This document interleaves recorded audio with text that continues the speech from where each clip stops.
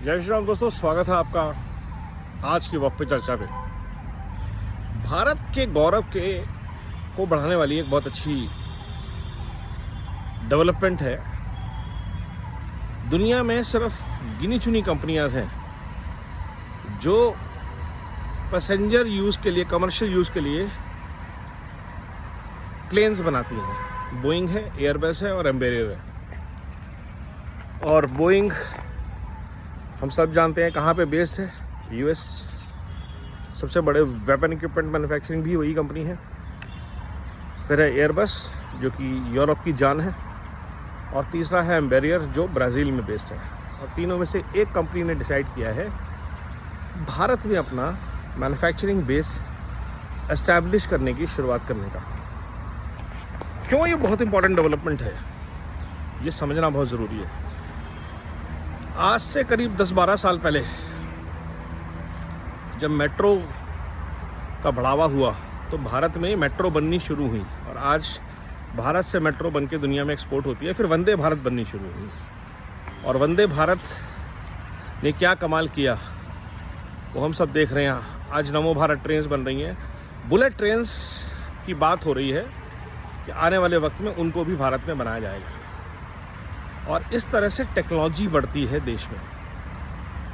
भारत में already Bharat mobility में कई मैन्युफैक्चरर्स ने छोटे प्लेन्स दिखाए जो बिजली से चलते हैं, 6 सीटर शॉर्ट हॉल फ्लाइट्स के लिए। एम्बेरियर का आना छोटी शहरों को कनेक्ट करने वाले प्लेन्स बनाने की तरफ भारत का एक बहुत बड़ा कदम हो सकता है, जिससे कि एयरपोर्ट कनेक्टिविटी, सिटीज़ की connectivity, north east, Uttarakhand, Kashmir जैसे लोकल लेवल पे जो लोगों ने जाना है काम के लिए, व्यापार के लिए, 12-12 घंटे बसों में रहते हैं साउथ में, वो डिस्टेंस बहुत कम हो जाएगा। और जिस तरह से टेक्नोलॉजी जा रही है, 15, 20, 25, 30, 50 लोगों की छोटे छोटे एयरक्राफ्ट जो हैं वो भारत में बनने शुरू होंगे और फिर एक्सपोर्ट होने शुरू होंगे। क्योंकि दुनिया को बहुत बड़े प्लेन नहीं चाहिए, दुनिया को चाहिए छोटे प्लेन, कम लोगों के लिए, जो इकोनॉमिकली वायबल भी हो और ज़्यादा लोगों की नीड्स को फुलफ़िल करते हैं। और ये ट्रांसफॉर्मेशन भारत में शुरू होने वाली है। बाकी लोग अपनी जाति क्षेत्र की लड़ाइयाँ लड़ रहे हैं, किसी को प्राइम मिनिस्टर बनना है, किसी को कुछ बनना है, और भारत ने चुपचाप अपने ही एक हम कदम देश ब्राज़ील के साथ इतना बड़ा टाई अप कर लिया। हाँ, अब लोग कहेंगे इसमें फिर अडानी को मौका दिया गया। 4-5 ही नाम हैं जो इन कामों को कर सकते हैं, अंबानी, अडानी, टाटा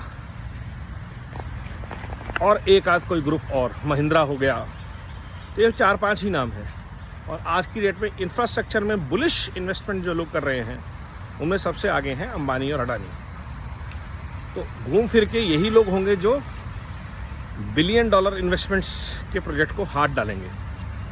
टाटा ने पूरा दिल्ली की काया पलट दी, कर्तव्य पथ से लेकर के पूरा का पूरा जो बिल्डिंग ब्लॉक्स बनाए, बहुत शानदार, संसद भवन से लेकर के।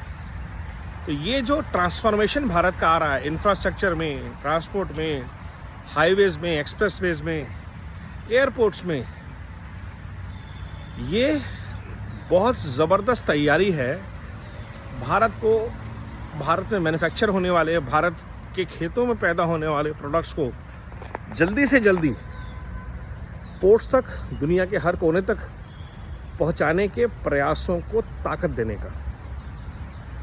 और ये गति जो हो रही है ये बढ़ रही है।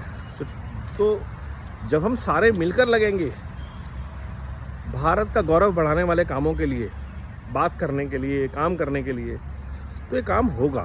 विकसित भारत अगले 25 साल में, जब से हम कल्पना करना शुरू किया है विकसित भारत की, अगले भारत के सेंटेनरी ईयर में इंडिपेंडेंस के 2047, वो ऐसे ही प्रयासों से बनेगा।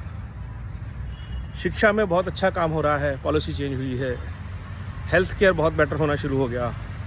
150 करोड़ लोगों के लिए इंतज़ाम करना मजाक नहीं होता। यूरोप, ऑस्ट्रेलिया जैसे बड़े बड़े दिग्गज देश 1 करोड़ लोग में, 2 करोड़ लोगों में रोने लगते हैं, और यहाँ हम 150 करोड़ लोगों की ख्वाहिशों को, सपनों को, सेहत को, एजुकेशन को पूरा करने के लिए प्रयासरत हैं एज एक भारत, वर्किंग टुवर्ड्स श्रेष्ठ भारत। नमो भारत, वंदे मातरम, जय हिंद।